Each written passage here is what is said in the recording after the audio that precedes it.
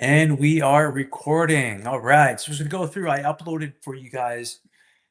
I uploaded for you guys the kinetic chain, the PDF, and also a little slide deck for the kinetic chain.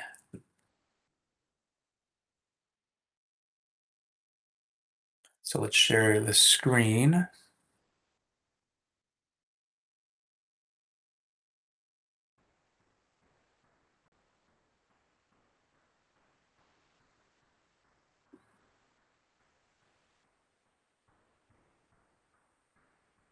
All right. Hopefully that's working. We have the science of ground up power. All right. Yeah, so why the kinetic chain matters for everyone. So most people treat pain or performance like a game of whack-a-mole, right? If your knee hurts, you fix the knee, but the body doesn't work in isolation. Your kinetic chain is your human internet. It's the secret of how force moves from your feet to your hips and to your upper body. Understanding this chain is vital for everyday movement because it stops power leaks. Learn how a frozen ankle forces your lower back to do work it wasn't designed for. Right. So, like, for example, let's say I was working with clients back in the day, and you would want to have, so if you have a knee issue, or if you have knee issue or an ankle issue, it will stem up um, kind of like a, what's what I'm looking for? What's the word I'm looking for?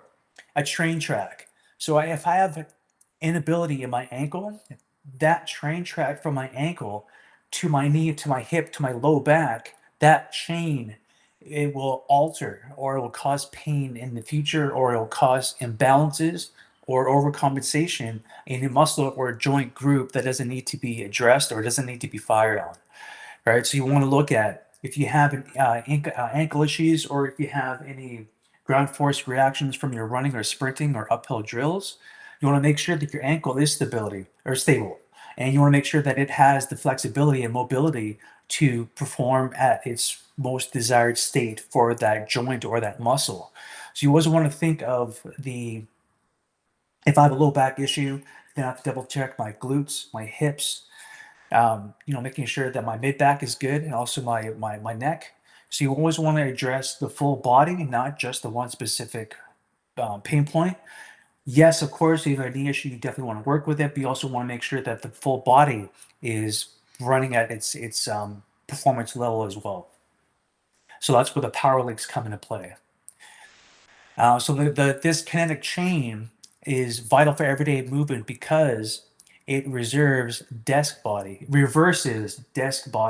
So, like, if we're working at the desk all day and we are in a not optimal ergonomic or station where we are slouching, or where we have our wrist pain, forward shoulders, and we are constantly at the desk without our breaks to have your water, to stretch out, to make sure that every 30 minutes just reset that body by doing basic stretches at the desk or in your chair. And of course, best is to walk around and get that body moving, right? So understanding this chain is vital for everyday movement because it provides a blueprint. Once you understand the chain, you stop training harder and start training smarter, right? So in regards to performing for your deadlift, right? You want to just, speaking about the deadlift. I was listening, and you guys might have heard this in a previous recording. But there's, like I mentioned before, there are thousands upon thousands of coaches, influencers, fitness influencers, etc. in the online world. And this one, definitely popular athlete, she was going through her own fitness app and her own coaching app. And in the video, she was showing the blueprint for the workout. And on the app itself, her app, it says start to go into this. into the deadlift. And then she looked at it, paused for a second. She's like, "Well, actually, you know what? Yeah, I usually do this warm up to get my glutes properly fired or properly aligned or properly warmed up before the deadlift itself." And I was kind of thinking like, "Oh, well, that's not really you're not really selling the app if you have that mistake." I'm not throwing a shade towards the athlete or towards this coach. But what I am saying is that if you that's why when I want to build my app, want to build the app that you might have access to, is to make sure that you have the 3D analysis and to making sure that our joints have the proper range of motion prior to your lifting or prior to your event of running your 10K run or your half marathon or full marathon, or you have your high rocks event coming up, or you're trying to recover from said events. So that's why it is important to know what your kinetic chain is and how it applies to everyday life and to your posture and into your weight training. But like I was mentioning to the before, so like prior to get ready for your deadlift, upon realizing an analysis of my hamstring angle or what the 3D analysis was showing me how there are certain parts that I could have adjusted. So I started bringing my large band with me again and my mini bands to the gym with me, even though my strength and reps and weight increased upon realizing the analysis and the feedback that I got. Like, you know what, I better bring my bands with me again to the gym and do proper warm up for the glute, for the knee stability, and for the ankle, and of course for the shoulder complex when I do my shoulder presses. So it's making sure that, okay, even though I may be fit on the visual, but underneath the hood, I want to make sure that my joints are running at its full capacity, to make sure the posture is good, and also I don't want to have injuries. I don't want to have muscle imbalance or overcompensation in a certain lift. So that's why it's important to have or to understand what the kinetic chain is, and to constantly, not constantly, but to improve upon the research on my end to showcase for you guys inside the den how body mechanics, how the deadlifts, or desk posture, alleviate desk posture, and to have the kinetic chain and how you guys can apply it to your everyday living, and to making sure that you guys are well prepared for your event or well prepared for your fitness journey. So I uploaded a couple of a PDF and also a presentation for you guys here. Do it real quick. So the day one den by Fight or Fit X. Oh, where am I going here? Right. So the kinetic chain explained. Right, and this one here is the ankle impact. So what is a modal? I'm putting the words together. What is a motor control glitch? You may have seen me posting about the motor control glitch. You know, a example of motor control glitch in the ankle can disrupt movement patterns, leading to inefficiencies and increased injury risk throughout the entire body. Right, so having an ankle injury can disrupt the gait cycle, can your hip if I'm limping. So I remember years ago, I was working out. I was doing a single leg knee drive jump on the bench, on a workout bench years ago, and I think it was my right ankle. So my left knee was on the bench, and I was jumping up with a knee drive, like a plyometric explosive style to it. And this bench had two wheels on the end of it, so you can move around the bench a little easier instead of a fixed bench that you see in the background there. So it had wheels on the back. So after I finished my sets, I landed with my right foot behind, and it rolled my right ankle, and that hurt. That hurt. That hurt. That really took me out of the game for kickboxing. Um, of course, there's always silver lining in certain in events. So when I hurt my right ankle, I couldn't perform to the best performance in kickboxing or squats or anything like that. So I had to recover my ankle, and of course I had to do rehab exercises. But with that ankle injury, I couldn't roundhouse kick for even after the fact. After a while, 6 to 8 weeks or so after the injury, I didn't want to kick with it because it kind of hurt from the vibration from kicking the roundhouse kick on the heavy bag. The vibration is my shin, from the vibration to my ankle, and it didn't feel good. So, but the funny thing about that though, I was able to do a roundhouse kick in the southpaw position. So, quick terminology: orthodox stance. You are a right-handed fighter. Right-handed meaning your power punches are right, and a southpaw. Why southpaw? Something to do with baseball terminology. Southpaw, that means you're a left-handed fighter, and that means my left leg is my power roundhouse kick. So with my right ankle being injured from rolling it on the bench, I was able to start kicking with my left roundhouse kick, and I had to do that for months and months and months. And with that injury, I was able to really fine tune and really increase the speed and power and torque for my left roundhouse kick.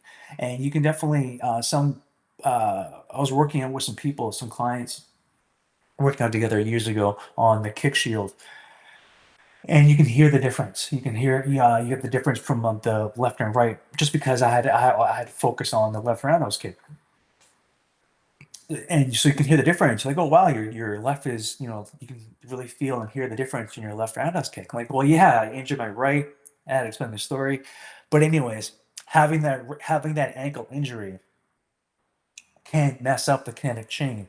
So, as mentioned, right ankle, if it starts to hurt, your low back starts to mess up, you start limping, right? You could be limping as you walk, so your gait cycle is disrupted. Your low back, your hip, and also your knee. Perhaps also too, once that starts to heal, because you were overcompensating or you were relying upon other muscles to handle the workload that wasn't supposed to be a part of the workload, that may be injured or that may be strained or stressed.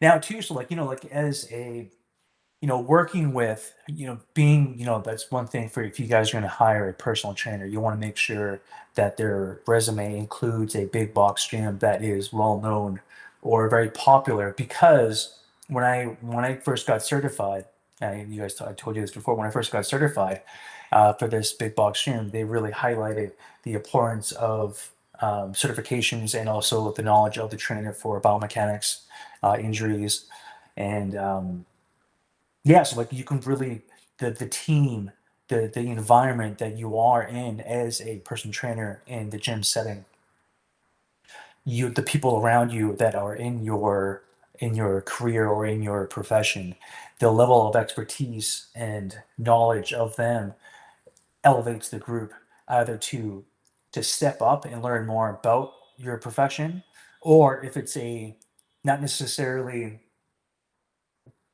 top tier environment or top tier team of colleagues, that will either limit you or it will either force you to level up. But thankfully, for this, we were always taught to look at we were always encouraged to look at people when they work out. How are their ankle when they do the squat or lunge? How are their stability when they do their lunges? Right. So finding power leaks in lunges and running. So you kind of want to look at your clients or even the general population of the members working out and seeing if their knees are caving in, or if their ankle is the foot placement inverted or everted. um, uh, Making sure that you just kind of want to be aware of the people that are inside the gym, and to see if they are um, to see how their flexibility or lack of is performing during their exercise. And anyway, so long story short, what I'm trying to say is having that eye, having the eye to pinpoint exactly ankle stability, hip placement, doing the single leg deadlift or the hip hinge that we do with the 3D analysis. Just for me watching, clients in person or on the video, I can see right away, like, okay, the ankle caves in, or the balance is improper, or the lunges, the knee caves in. Even when you do jumping jacks, the ankle and the knee are off or not in line properly. So having and being aware of the 3D analysis and the PDF and the results that you guys are going to be getting from taking the full body analysis, you'll be able to see firsthand, okay, shoot, my shoulder degree is, not as high as my left or right. Do I sleep on my right side? I sleep on my right side. So I definitely have to make sure that I stretch, make sure that my posture is okay, and I'm not tight in my mid back. When I do my working at the working at the office, or at the desk, because this will translate into your evening workouts, into your 7-day jumpstart workouts, or your pickleball tournaments that are coming up. Because you want to have that body, you don't want to be your shoulders forward. You want to be able to have that open flexibility of your pecs, and also release the low back or mid back, sorry, and to do the proper stretching, foam rolling, and being aware of your posture as you walk, right? So it's all, I know it sounds like a lot, but once you have this in, it becomes second nature. It's like breathing. You'll just be able to know, how's my posture, how am I walking, what is my flexibility and lack thereof, what can I do to make sure that I improve my flexibility, so that my sport or life or pain alleviates, and I can go about my day. Right, so understanding the kinetic chain, right, preventing overuse injuries in runners. So understanding biomechanical imbalances. So common imbalances in runners lead to injuries, but 3D movement analysis helps detect these injuries early for effective prevention. So as mentioned, like, what was this? I forgot to finish the story upon why it's, when you are looking for a trainer, it's vital that they do have the experience of working in a big box gym, because the amount of people they see and the amount of people that they can pinpoint their clients' proper technique and form. Like for me, like I was like to finish the story, like I'm always walking around the gym. I kind of take a look at people and their exercise execution, and seeing other clients, and then, or sorry, see other, I don't want to say colleagues, because they're very, being an independent trainer, unfortunately, it's they always see me as competition, and so I kind of just stay on my own lane. But no, seeing the trainers working with their clients, and they're doing a bent over row or a deadlift, or bent over row or something, and their back is rounding, and their back is rounding, and they're doing the butt wink, and their knees caving in, doing lunges, and pain in front of the knee, because I would watch them do the walking lunges with kettlebells with their client, and then it was off a little bit. Perhaps whenever if you do have a knee injury, you always want to go for a reverse lunge as opposed to a front lunge, because if you go for a front lunge, the shear forces coming forward onto the kneecap can um, re-injure or highlight that pain again. So I know, as I was watching the trainer and the client doing lunges with the kettlebell, and then she had to go down and take a knee and put the kettlebells down the side. She went on her glutes, and she was rubbing her knee on the front. Like, okay, so then she must be having some knee issues just from observing the situation unfold. Knee issues, so that means, her quad or hamstring, something was amiss. Right, so that's why I kind of recommend, if you do have a knee injury, go for a reverse lunge, do your terminal knee extension, putting the band behind your knee, having it flexed and extended. That's a whole new thing. But what I'm trying to say is making sure that if you are going to hire a trainer, you can ask them, okay, well, where did you work? Where did you have? How many clients have you worked with? What big box gym have you worked with? Because me being in a big box gym, we've seen, I've seen hundreds. I was there for 4.5 years. I've seen hundreds of trainers come and go, and once you see that experience of working with top tier colleagues, your other colleagues, and you see how their care and concern and their knowledge base, you can see that in their program design. You can see that in how they interact with their client. And of course, I've seen a lot of trainers come and go, right? And why it's important for, as a client looking for a personal trainer, you want to make sure that they have the experience, or if they do not have that experience, okay, what are they doing to increase their knowledge? Are they going to be doing, who do they, you don't even have to ask them, but you can kind of see, like, okay, well, if you don't have experience, if you're just coming up in the game, what certifications do you have? But yeah, so that's just another thing I'm trying to get into for you guys to know. Okay, so basically, yeah, so making sure that you have proper alignment, that you're balanced, that once you see the analysis and then you see that, okay, my right hip is not as flexible as my left, I better address this, because if I want to do my sprints or if I want to do my 10K running, this will definitely play into the potential of an injury. Okay, so you guys don't want that. And reversing desk body, right? Improving your posture, fixing tech neck issues, prolonged sitting, and technology use lead to prolonged sitting and being on the phone,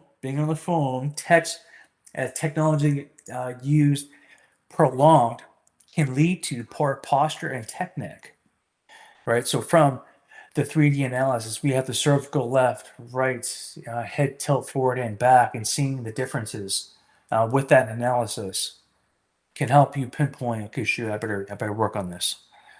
And objective movement scores and heat map insights. Data-driven performance analysis.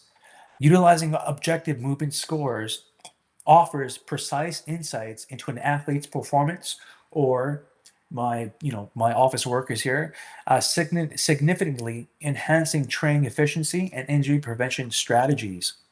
So you can take a look here in the slide deck, right? So the process, the 3D movement capture for the app that we use, right? So 3D movement capture.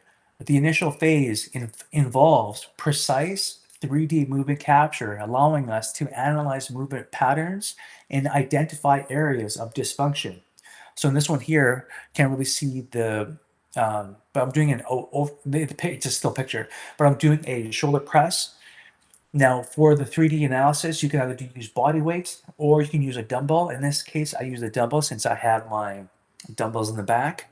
So basically, it's looking for the 3D analysis. If my elbows are in, how high I come up. If I can't reach, if one hand's higher than the other, the video analysis will pinpoint that and see that as a red flag or a green flag. Analysis and scoring.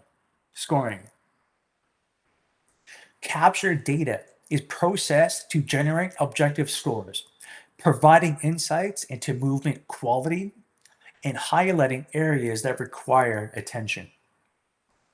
Identifying dysfunction.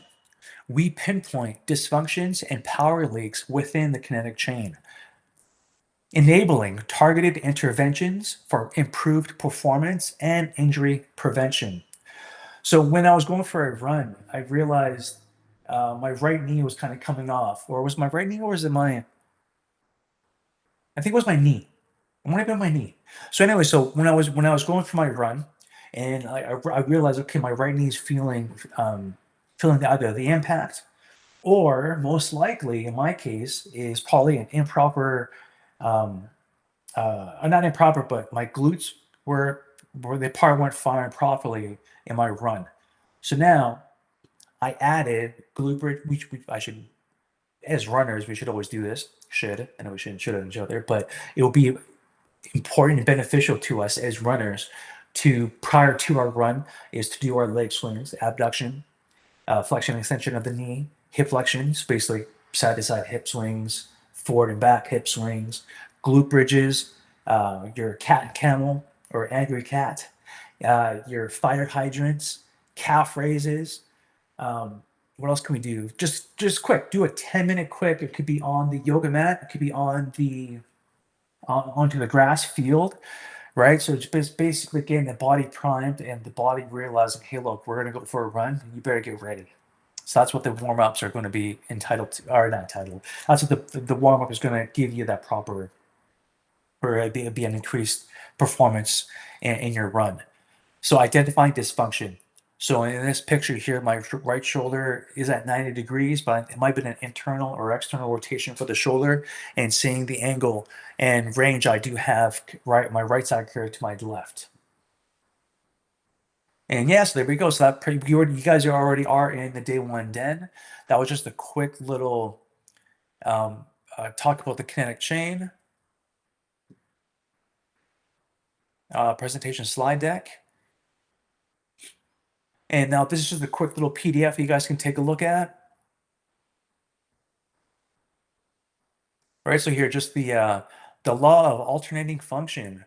The body relies on a rhythm. Rhythm as a dancer. The body relies on a rhythm of mobility and stability, like we were just talking about. Certain joints are designed for mobility, while others are designed for stability.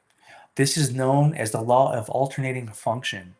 So mobility is your ankle, mobility is your ankle, your hip, and your thoracic spine, T-spine, thoracic spine. That's for mobility. Stability is your knee, your lumbar spine, and your scapula. These alternating pattern allows for efficient movement and force distribution. When this pattern disrupts, dysfunction occurs. Right? And you guys have a little, what's that little thing? Teeter totter? Back in the day, teeter totter. So just making sure that your mobility joints, do you have mobility joints, stability joints, make sure that they are well tuned up. Okay, tuned in, tuned up. And now, so for the power punch in boxing, kickboxing, Muay Thai, karate, throwing mechanics, you want to have the mechanics of a power punch in sports like kickboxing or high rocks. The kinetic chain acts as a force multiplier. A powerful punch isn't just about arm strength. It's about the coordinated effort of the entire body. So whenever I talk with beginners in kickboxing and boxing, is when you execute a power punch or an attack with your hands, it's not just the shoulder, but it comes from the ground up. So your full body weight is behind that power punch or behind that punch.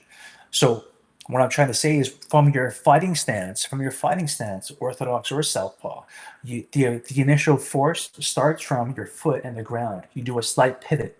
And from that pivot, you send kinetic energy from your foot to your hip to your shoulder for the core rotation into the power punch. Just like baseball, throwing, pickleball. So the little image here, so the kinetic chain power punch. So the ground reaction force initiates force generation from the ground up. And then hip rotation amplifies torque from the ground. Next level, the rigid core transfers energy without loss. So you always want to have that good solid base of your core because that core connects the floor into your upper body. Now, of course, having that proper shoulder complex delivers energy throughout the fist for the punch. So if I am lacking in range on my right side compared to my left for the jab, being a right-handed fighter, okay, I want to make sure that I'm doing my door frame stretches. I want to make sure that I'm doing my large band shoulder presses, internal and external rotation of the scapula with my mini bands, to make sure that my shoulders are nice and healthy for this punch, to execute that force from the ground up, to send that energy throughout.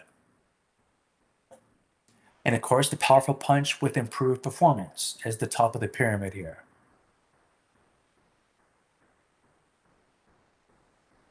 Yeah, so the professional, from a destiny people, reversing chain sedimentation. For office workers, the kinetic chain is often unplugged by long hours of sitting. This sedentary lifestyle can lead to a variety of musculoskeletal issues. I'm saying it horribly wrong. Glute amnesia, the tech neck, right? Rounded shoulders, tight pecs. Okay, let's see what you guys have on that little PDF for you guys and gals. So that's it. So that's the kinetic energy. Quick little input for everyone. Take a peek, take a look. And how do I do this again? Hopefully I made that correct. All right. So we have the kinetic chain breakdown, the 3D analysis. That is for once you guys graduate from the 7th day Jumpstart and you guys have the habit of working out, that you're going through the workouts, the exercises, and that you are stretching. And then, you know what, Brian, I'm definitely ready to level up my fitness, and I'm definitely ready to go into the next stage. The next stage being the second tier here. So once you guys jump on board with that, communicate with me, then we'll set up the link for yourself to go through that 3D analysis. It'll be through an invite on your email. I believe you can do so. You will need your phone and a solid tripod to use, or just set it up properly. You can hit record, or you hit the red button for the exercise. It'll have like a 30-second intro clip of what the analysis will need from you. So if it's going to be that shoulder internal external rotation, it'll tell you how to do it through a video. And then once you exit the video, you hit record, you back up a little bit, and you do your analysis. And it will the video will automatically stop recording once you hit it. And it will ask you do you want to do this, yes or no, or do you want to upload it? And just click yes. Do the full body analysis, and I believe you send it through. And then me as your coach, as your guide here, I'll take a look at it. I'll take a look at the videos and also the analysis, and we go from there and we make it happen. All right. Hopefully that wasn't too long. Quick little kinetic chain teaching. Stop recording. Bye.